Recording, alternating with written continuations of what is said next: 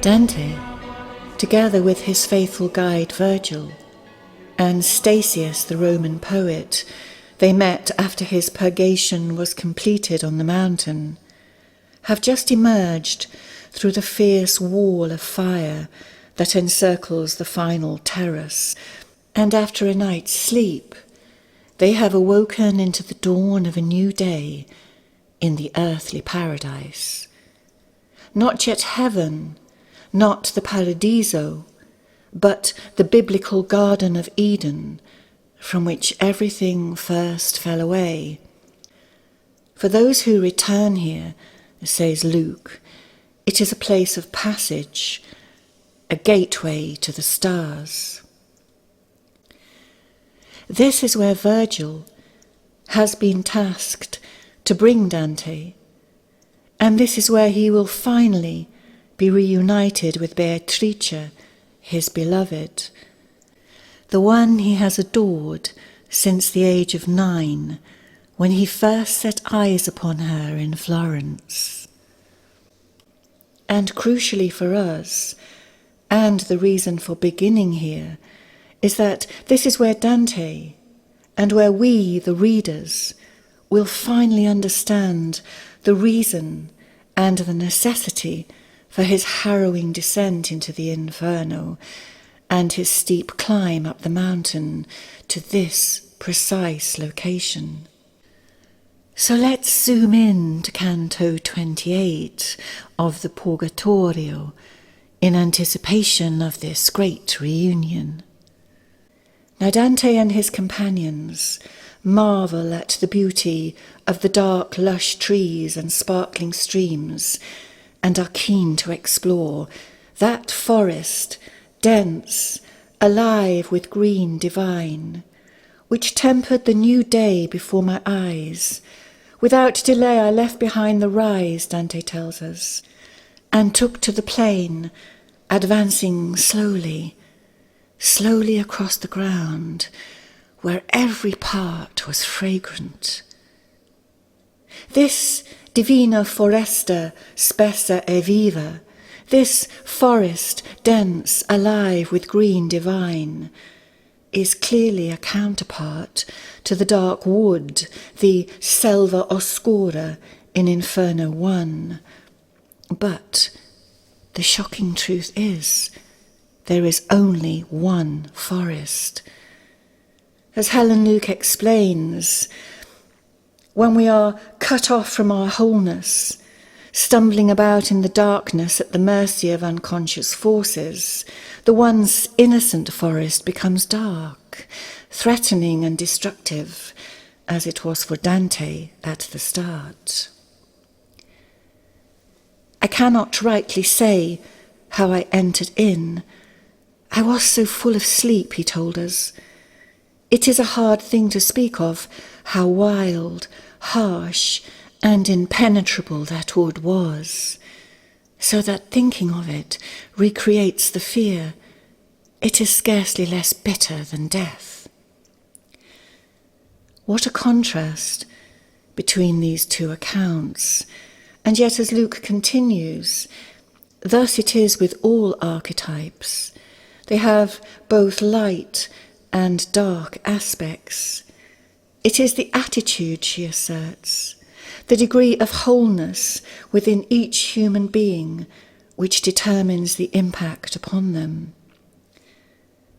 But returning to our tale, Dante and his companions soon come to a stream where they meet Matilda, a maiden of Beatrice, who is dancing and gathering flowers on the far shore.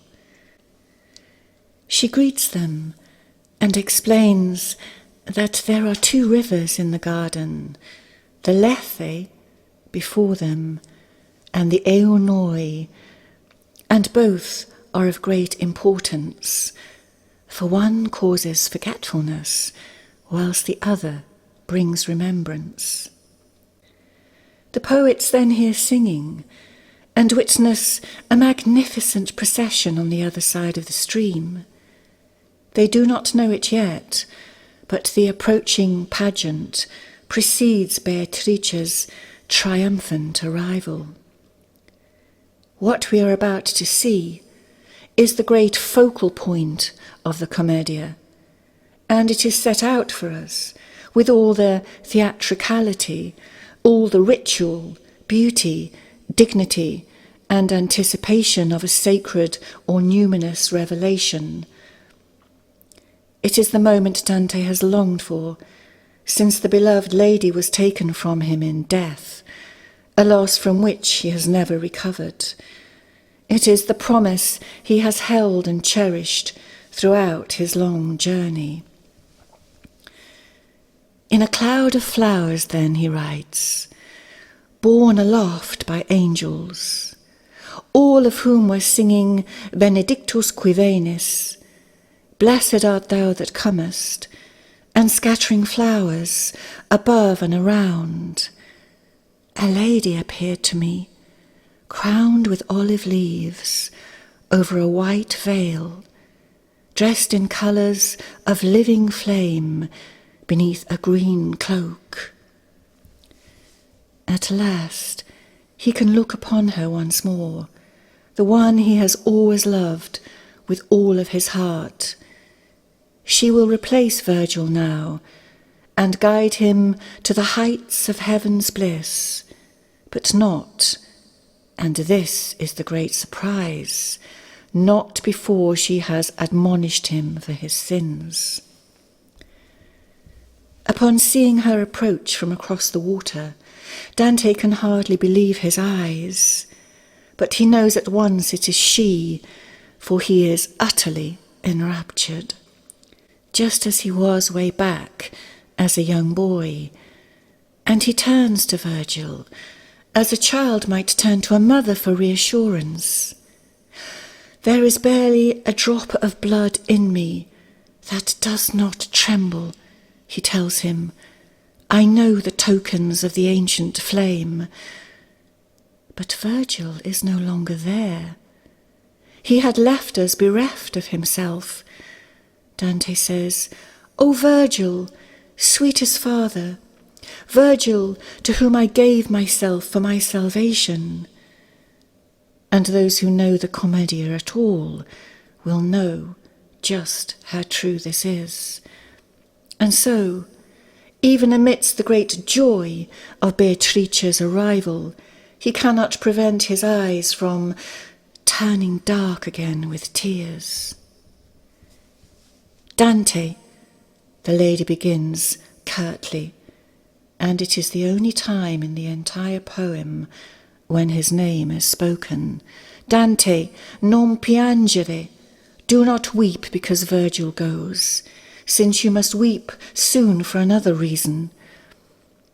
And then she begins her rebuke, and it is so harsh that even the angels are shocked, and they pity Dante. But Beatrice explains it is necessary in order that he understand the error of his ways. And then she tells the sad tale of how he lost his way. He had once been so full of promise. He was directed toward what was right, she explains. But as soon as I died, he gave himself to others. I was less dear to him and less pleasing, and he turned his steps to an untrue road, she tells them. Nor was it any use to me to gain inspiration, to call him back to himself, in dreams or otherwise. He valued them so little. He sank so low that all means to save him were already useless, except that of showing him the lost people. To achieve that, I visited the gates of the dead, and weeping, my prayers carried to him who guided him upwards. Now, this is, of course, a reference to Canto 2, Inferno, when Beatrice descends into hell to orchestrate Dante's rescue. She commandeers Virgil, whom Dante greatly admires, to guide and protect him on the dark journey he must make in order to come to her side. Even the Blessed Virgin ordained her mission and had sent Santa Lucia to Beatrice to urge her to go down to Limbo to seek help for him. "O noble spirit," she had cried to Virgil, "whose fame still endures in the world, my friend is so obstructed in his way that he turns back in terror, and I fear he is already so far lost. Now go and help him so with your eloquence, and with whatever is needed for his relief, that I may be comforted. I am Beatrice. I come from a place I long to return to. Love moved me and made me speak. When I am before my Lord, I will often praise you to him." And hearing this tale, Dante is filled with shame, and he bows his head. Fleetingly, he catches sight of his reflection in the stream, but he cannot bear to see it, and quickly looks away, whilst from across the water Beatrice continues her assault, reminding him even of his lustful dream of the siren on his way up the mountain in Canto 19, a dream from which she had again had to come down from heaven to awaken him, to bring him to his senses, so to speak. And she warns him now never to be complacent about such matters when he returns to earth. No man, she says, is ever immune from lustful allure. But it is not only his sexual weakness that Beatrice brings to his attention, but also his pride and his loss of his true poetic calling. He was so gifted, she tells the angels, from the moment he first gazed upon her beauty. Somehow he knew the end in the beginning. He knew she could lead him to the stars, and this is clear even in his little book, La Vita Nuova, the collection of love poems addressed to her. Even though many were written in grief and brokenness at her loss, there was yet hope, especially toward the end, as many of the commentators have seen. There is a key moment, says Professor Giuseppe Mazzotta in his Yale University lecture on La Vita Nuova, when Dante switches from the past to the present tense, signalling his readiness to carry on after Beatrice's death. He suddenly uses the verb sperare, to hope, and this is hugely significant.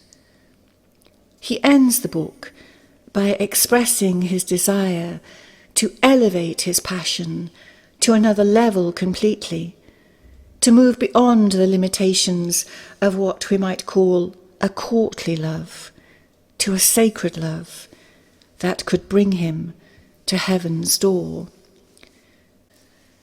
It is to this noble aspiration that Beatrice refers. "I will not write about this lady again," he had said in the final pages of La Vita Nuova, "until I can write about her from knowing her." But this book was written soon after Beatrice's death in 1290. Dante was exiled in 1302, yet the first books of the Commedia did not begin to circulate until around 1314. So what happened in these intervening years? This is Beatrice's piercing question now. Helen Luke fills in the gap, explaining that it was during these years that Dante, in spite of his best intentions at the end of La Vita Nuova, really fell from grace, not just by way of further sexual digressions, but in the desertion of his poetic and spiritual ideals. It was during this period that Dante wrote De Monarchia and the Convivio, both important political and philosophical works.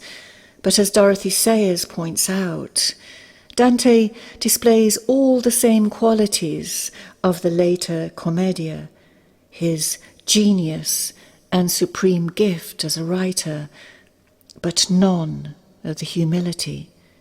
He tells his readers he is not the same as he was when he wrote his love-struck La Vita Nuova, that he has grown up now, that he has put away childish things. He then proceeds to patronize and to talk down to his readers from the dizzy heights of his prideful and arrogant mind. And it is for this utter disgrace that Beatrice now rebukes him. "Is it true?" she calls out to him. "O you, who are on the other side of the sacred stream, say if it's true, your confession must meet the charge." Dante bows his head still lower, paralyzed with guilt and shame. He tries to speak, but no sound issues forth. "Reply to me," Beatrice commands from the far shore. Confusion and fear joined together, he recalls then, and finally drove a "yes" from my mouth, so quietly that eyes were needed to interpret it. Bereft of all his eloquence, just yes, a yes that had to be seen to interpret it. Such was the depth of his shame. But Beatrice was not finished with him yet, nor was she satisfied with this one-word confession. "I tried to guide you to the eternal good," she calls out, "but you did not follow. What pits did you find in your path, or chains to bind, that you had to despoil your hope of passing upward? And what allurements or attractions were displayed in others' faces to make you stray toward them?" At this, Dante heaved a bitter sigh. "I had hardly voice to answer," he tells us, "and my lips gave it shape with effort. I said, weeping, 'Present things and false delights turned my steps away as soon as your face had vanished. I sought you in things that were not you.'" And overcome with remorse, Dante faints. This is an extraordinary confession. I sought you in things that were not you. How true is this for so many of us who seek solace in distraction or lose ourselves in pride. Hard for Dante to admit, and hard for us too, to finally face the truth of our own arrogance, our own small selves that crumble in the face of higher aspirations. And yet, as humans, we find it practically impossible to confess, even if we allow ourselves to face our faults in the first place. Denial and projection are much more common. Yet, in daring to speak these truths, though hard to bear, in finally facing our weakness, we are restored, and as if by a miracle, reconnected to the higher truths we have deserted. This is the power of the reconciliation sacrament. But it was not until this moment that Dante was ready to receive the grace that then followed. The next thing he knows is that Matilda, the lovely flower maiden, is pulling him into the river, saying, "Hold to me, hold to me." And she draws him deep into the water, right up to his neck, and she pulls him through and across to the other side. And as he drew close to the shore of the blessed, the lovely lady opened her arms, he tells us, clasped my head and submerged me so that I had to swallow water. And I heard, "Asperges me, purge me, and I shall be clean. Wash me, and I shall be whiter than snow." And it was sang so sweetly, I cannot remember it, he writes, nor can I describe it. And he comes forth then to the other side of the river, and he is as one returned, innocent once more, to God's first garden. And he understands more than ever, and by implication we do too, that Beatrice has always loved him, that even in death she sought to save him, to bring him safely to her side, that his entire journey has been a mercy. Now, at last, he is ready to behold her without her veil. Matilda pulled him up and out of the water then, and led him, together with 4 other lovely maidens, who came and took him by the arm, and singing they began, "Here we are nymphs, and in heaven we are stars. Before Beatrice descended to your world, we were destined to be her helpers. We will take you to her eyes." These 4 personify the virtues of classical antiquity: prudence, temperance, justice, and fortitude. They encircle Dante and guide him to his lady. 3 other maidens come to greet him then. They are the 3 graces, the theological virtues of faith, hope, and love. "Turn, Beatrice," they sing, "turn your sacred eyes to your faithful one, he who has trodden so many steps to see you. By your grace, grace us by unveiling your face to him, so that he may see the beauty that you conceal." The lady agrees, and Dante looks upon her radiant face. It will not be the first time he will struggle to convey her beauty, but with what words he can muster, he tells us that he was utterly enthralled. Music then sounds, and the procession turns eastward toward a leafy grove, where the tree of heaven stands in eternity, and Dante witnesses a great mystery. No time here to tell of these things, but suffice to say, Beatrice is Dante's guide now, and she calls him brother. What she shows him will be the first of many mysteries that will propel him to a whole new octave of understanding. She bids him pay full attention, for he must share all upon his return to earth. But for now, we leave him as he is led down to the shores of the river Aenoi, and along with Statius the poet, is given to drink of its waters. "When we drink of this stream," writes Luke, "sin will no longer be forgotten, but forgiven. That is, it will be fully remembered, not as shameful and destructive, but as felix culpa, the experience of darkness, essential to wholeness, the happy fault that leads onward to redemption.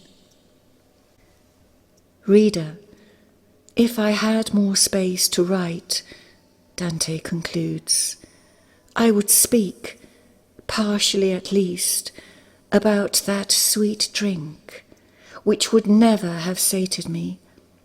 But because all the pages determined for the second canticle are full, the curb of art lets me go no further.